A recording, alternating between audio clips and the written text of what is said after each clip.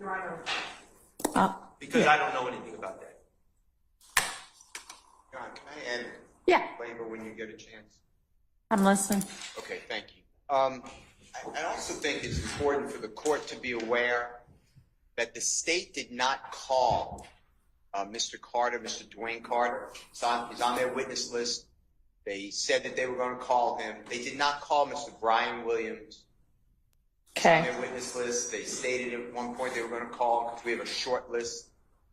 And evidence came out that, and I don't know how familiar the court is, but when people are in the entertainment business, they advertise themselves, promote themselves, drum up interest by doing things that are, I'm promoting an event for young children, or come to my concert, I'm going to kill somebody.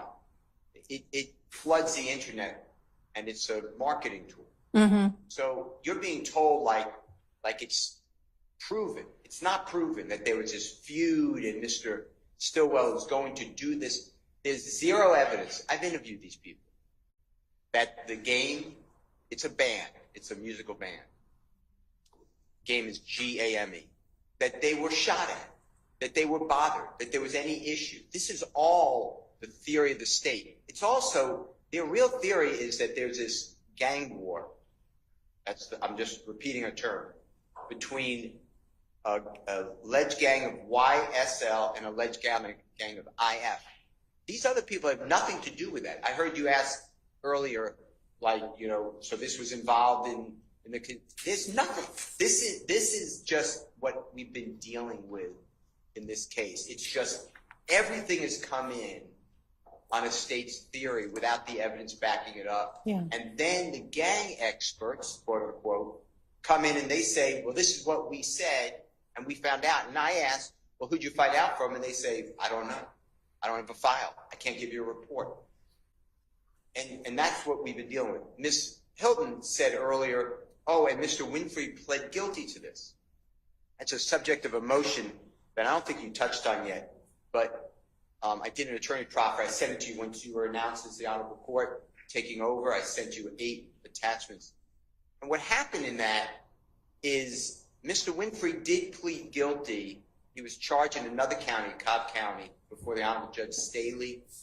And he pled guilty. He was charged with a RICO violation, gang act. It was a long indictment. He was indicted alone with the shooting on April 26th of 2015. You've been referred to it today as Lil Wayne bus shooting. Okay. What the state did, though, was rather shocking. They had Detective Reese on the stand.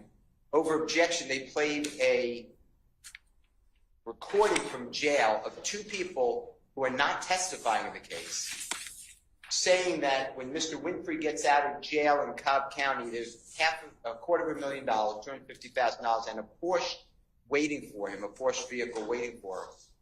The state took that with Detective Reese. It was under the directive of Ms. Hilton, and said, well, that's his reward for not folding and giving testimony against the gang. And then Ms. Hilton asks Detective Reese, and within a month, Mr. Winfrey pled guilty. So I asked to approach the bench. There's a case. It's Winfrey versus State in the Georgia Supreme Court. I could get to the site. That vacated that guilty plea.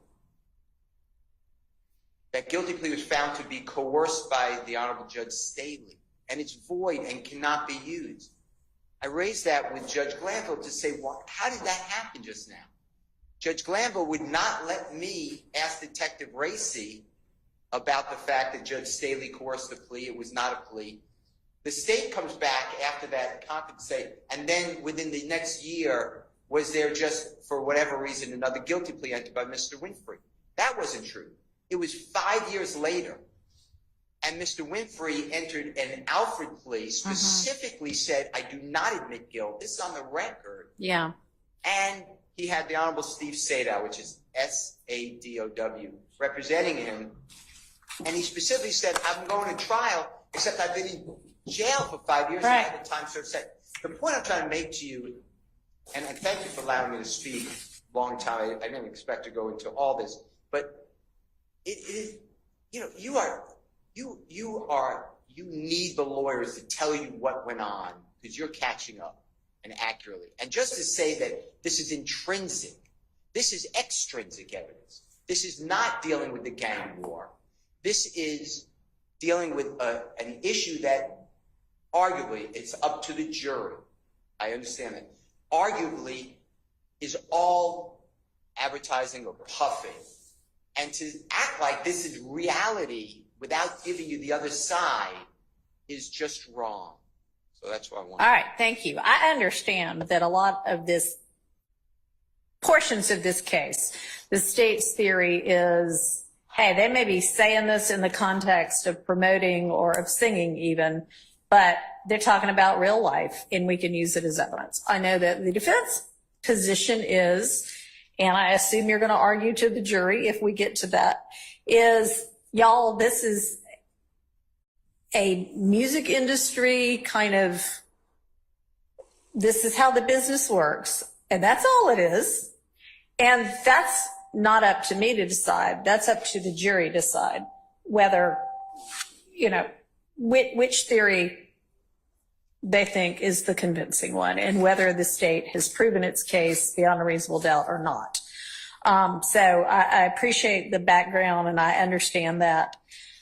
With regard to the guilty plea that at the time, I mean, he did enter a guilty plea.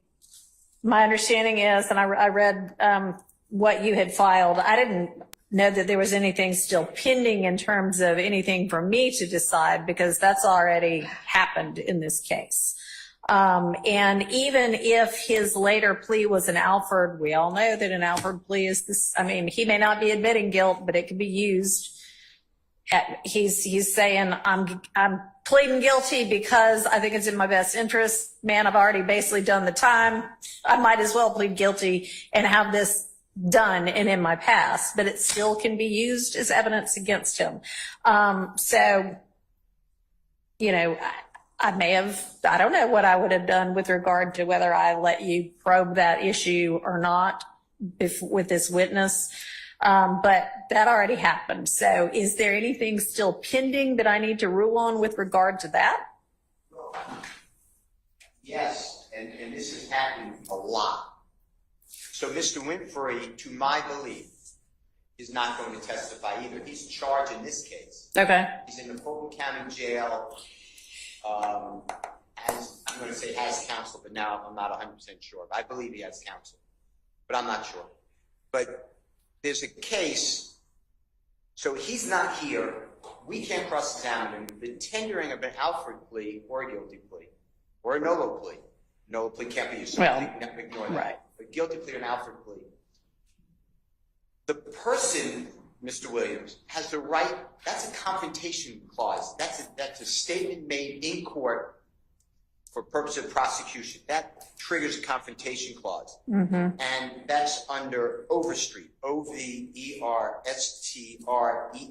versus State. It's 312 Georgia, 565.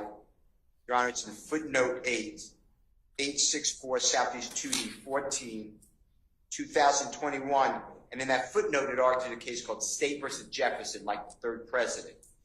And what it says is a co-defendant, co-indictee's guilty plea, when they're not testifying, is a confrontation clause violation to be used against, in this case, Mr. Williams.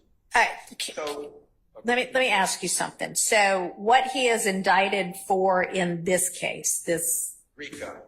Right. This, you know, this instant case, that's not what he pled guilty to before Judge Staley and then entered a Alford plea to later, is it? He did, because it's also an overt act. All right. He pled guilty to something that's alleged as an overt act as part of RICO. That's true. Okay. He being, I'm not. He Winfrey. Yes, that's exactly Okay. right.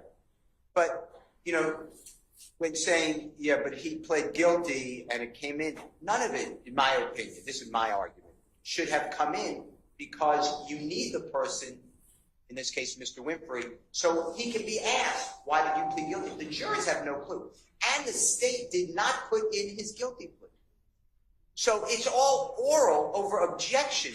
So I want you to understand this. When the state is telling you, and I went backward, I guess, but you know, the man already took responsibility, pled guilty, we proved all that. They really didn't prove it. They got hearsay evidence, which I objected to, and therefore it's an objection. Judge Glanville disagreed, but it shouldn't have come in. Judge Glanville let it in for a statement against a co-conspirator, a statement against his interests. He's not here. That doesn't apply either. That man's not on trial. Okay, so I'm asking what's pending for me to decide. What's pending for you is going to repeat. The state constantly is putting on guilty pleas of people who are not here, who are not going to testify, and then they use it as a weapon against Mr. Williams. So that's one thing. And then the second thing that you're really why I stood up, I just want you to understand, it is not like this has been proven. You know, the game and that they were shot at, it's just a theory. And I understand you're saying, yes, then they have to prove it and it's up to a jury. I agree with that. But I don't want you to just buy into like, oh, this is so important because it's already in evidence and the state needs to, you know, okay. Evidence is prejudicial. All right. Thank you.